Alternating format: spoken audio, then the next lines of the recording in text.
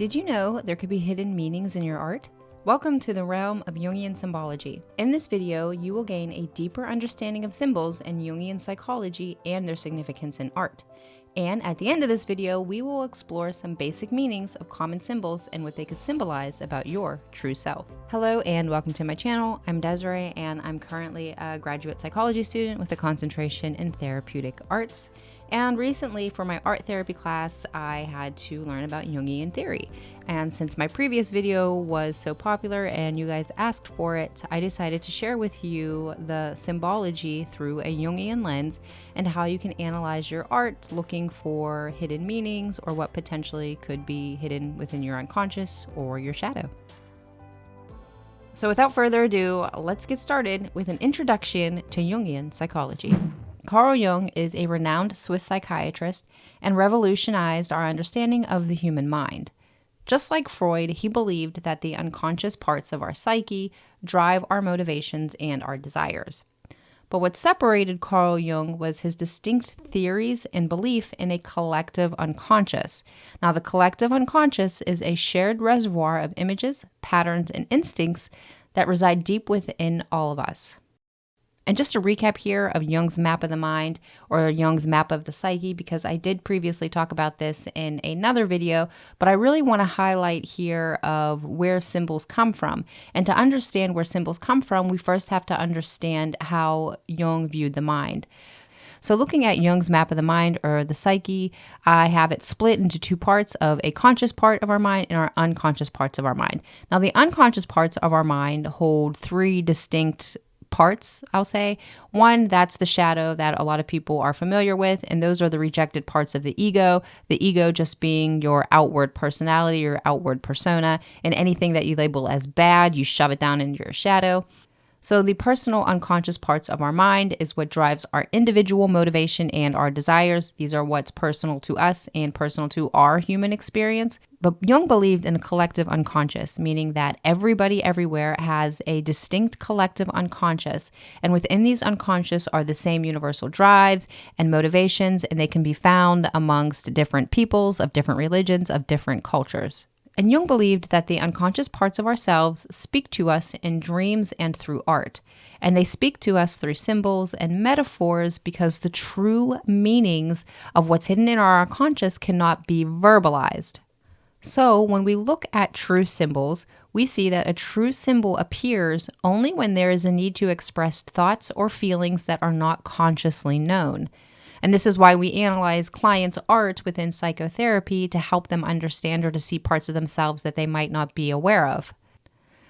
But do you really need a psychoanalysis to analyze your art for it to be beneficial? Or can you analyze your self-created art and still gain benefits from it?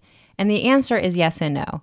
So Jung believed that art is therapy, meaning that anybody can do it and gain healing benefits. So participating in the art making process or creation, whatever it is going to be healing and it's going to be therapeutic, regardless of your motivations. But when we're talking about analyzing art from the perspective of like psychotherapy, we're talking about something that's an in-depth study. So self-analysis won't cure your mental illness, and there still is a possibility that you're not going to become fully aware of what is hidden in your unconscious. Now, because everybody has a collective unconscious, and the symbols and metaphors that arise through our dreams and our art can be viewed as universal. So analyzing and learning about them can uncover hidden desires, fears, and aspects of the artist's psyche if you know what to look for.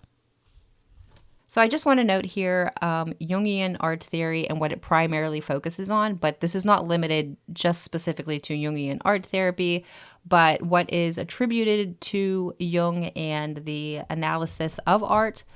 These are some art prompts that you can do to gain a more authentic view of your true self. And one that's drawing a mandala, and you just simply start with a circle, and then you create anything else that you feel compelled to do. You also want to create art that's spontaneous, which means there's no prior thinking or no prior motivations in your art making. And the art making can include drawing, painting, crafting, clay, sand or water play, or just really highlighting, creating something with natural elements. And like I said before, because Jungian psychology or Jungian really believed in dreams, you can draw your dreams and look for symbols that way. So now the fun part is analyzing symbols in art and what could they potentially mean.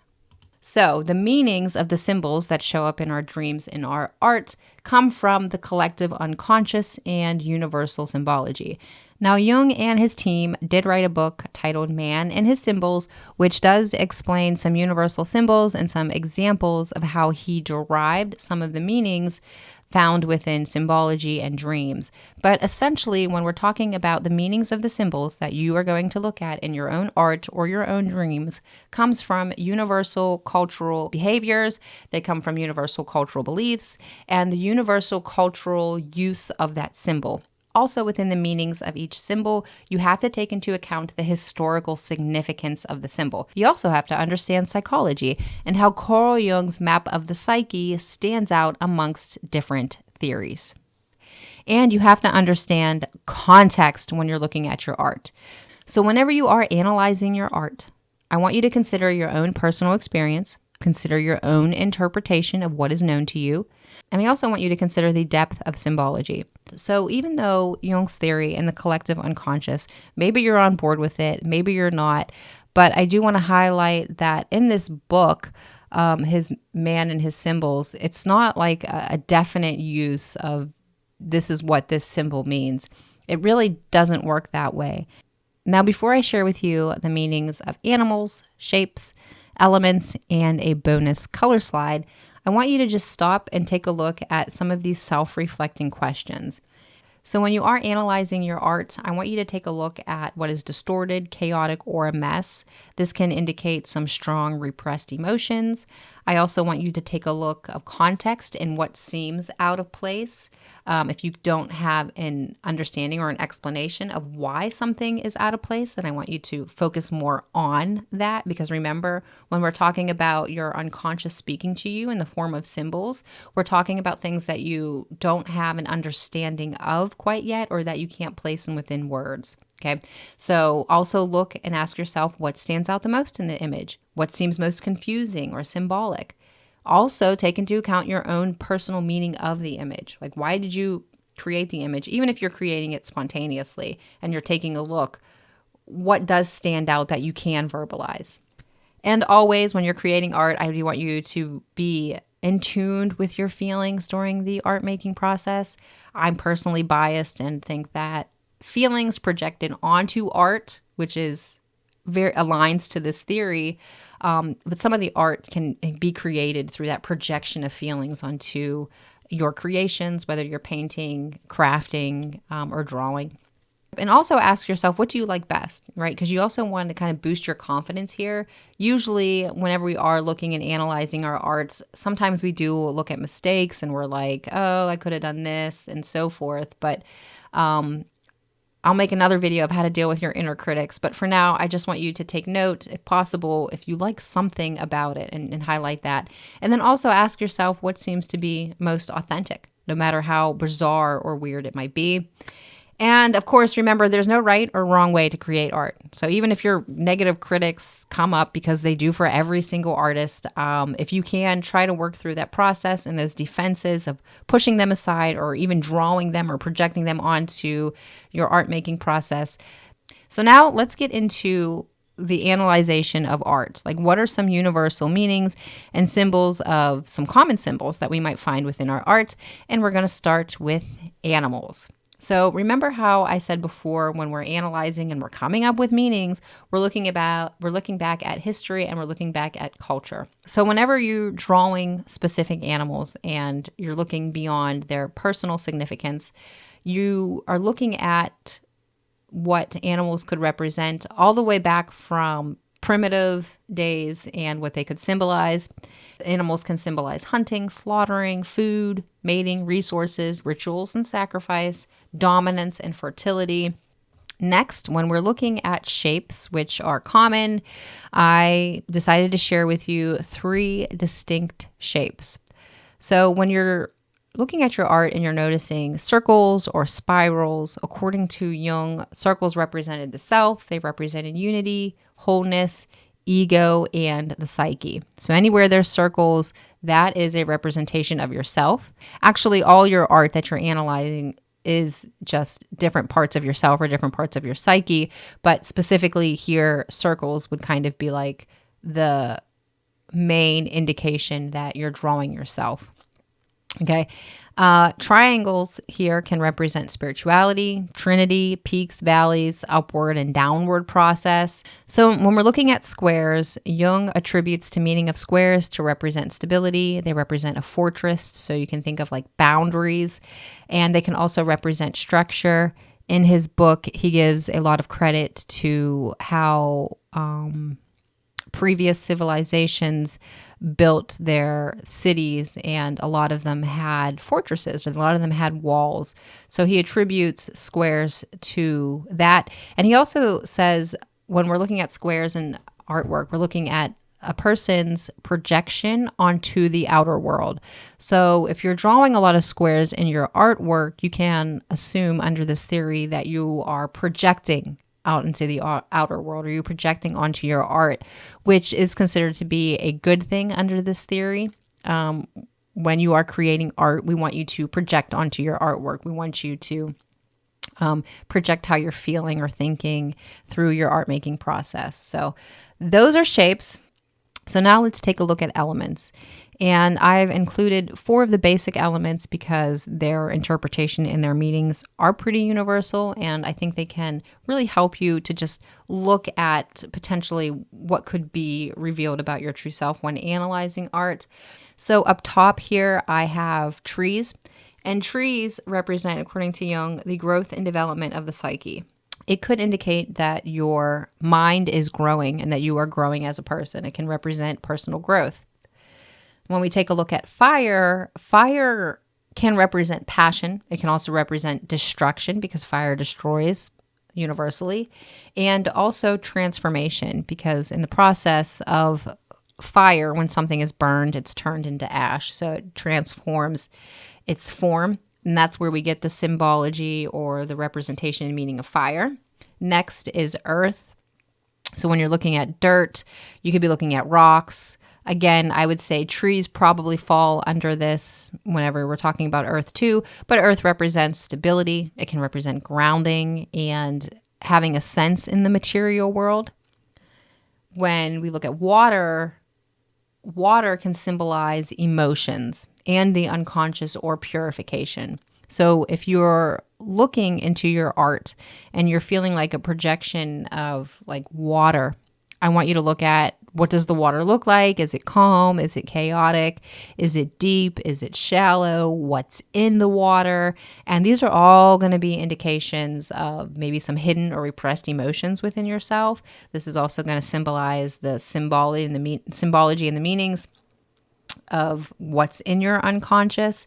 And water can also represent purification because we see a lot of, when we think of like baptism within like Christianity, water can be used to clean away. So that's how we're getting the meaning of water. Next, when we're looking at air, air can represent intellect, it can represent communication, and it can represent spirit or something spiritual, because air is something that's like, it can't be seen, but it's still a vital force of us, and that kind of can be attributed to some similarities to the mind or the intellect and communication, right? We can read words, but like when you're speaking, like you can't see somebody speaking the actual words. You have to understand it with your mind. So that is where we get the meaning of air. And next up is the bonus slide of color theory. Now, I'm calling this a bonus slide because color theory, or the meaning of colors, is not specific to Jungian psychology, but rather there is a realm of psychology that specifies or specifically focuses on color. So when you're analyzing your art, ask yourself if these colors evoke maybe some of these ideas or these feelings within yourself, or when you were in the art making process, did you feel these types of feelings whenever you were creating the art? So that's kind of how you would use color theory when you're analyzing your art. I'm going to go over each color just in case you're listening to this, and that way you have an understanding of what each color could mean. So first up is red. Red can be stimulating, it can be energetic. Red can represent love, passion, anger, excitement, or danger. Next up is orange. The color orange can represent enthusiasm, optimism, warmth, creativity, and social interaction. Next is yellow. Yellow is considered to be a bright and cheerful color, so it can represent happiness, hope, and energy, but too much yellow can induce some anxiety within a person, so that's something to take note of. The next color up is green. So green is calming and refreshing. Green can represent growth, it can represent harmony, new beginnings, and of course, money and wealth. Next color is blue. Blue can indicate a sense of peace. It can represent trust. It can represent security. However, darker blues, like a navy blue, when used a lot in arts, can indicate sadness or a sense of seriousness towards something. Looking at purple, we can see that purple may represent luxury, creativity, wisdom, or romance. Darker colors of purple, though, can indicate some mystery and sadness. And the next color is brown. So when we think of brown, we think of something natural, we think of something earthy. Browns can also represent stability, security, comfort, reliability, and wholesomeness. Moving next to the color black. Black is considered to be powerful and sophisticated. So the color black can evoke feelings of mystery, elegance, authority, but it can also represent sadness, depression, grief, or even evil. So that's something to take note of, that there's many different meanings across different colors. And then the last color is white. And whenever we think of white, universally, I believe that we all think of purity, we think of cleanliness, we think of innocence, we think of simplicity, or a fresh start, or a new beginning. And if you are interested in learning more about Jungian shadow work and art therapy, you can watch this video here. I'll see you next time. Bye.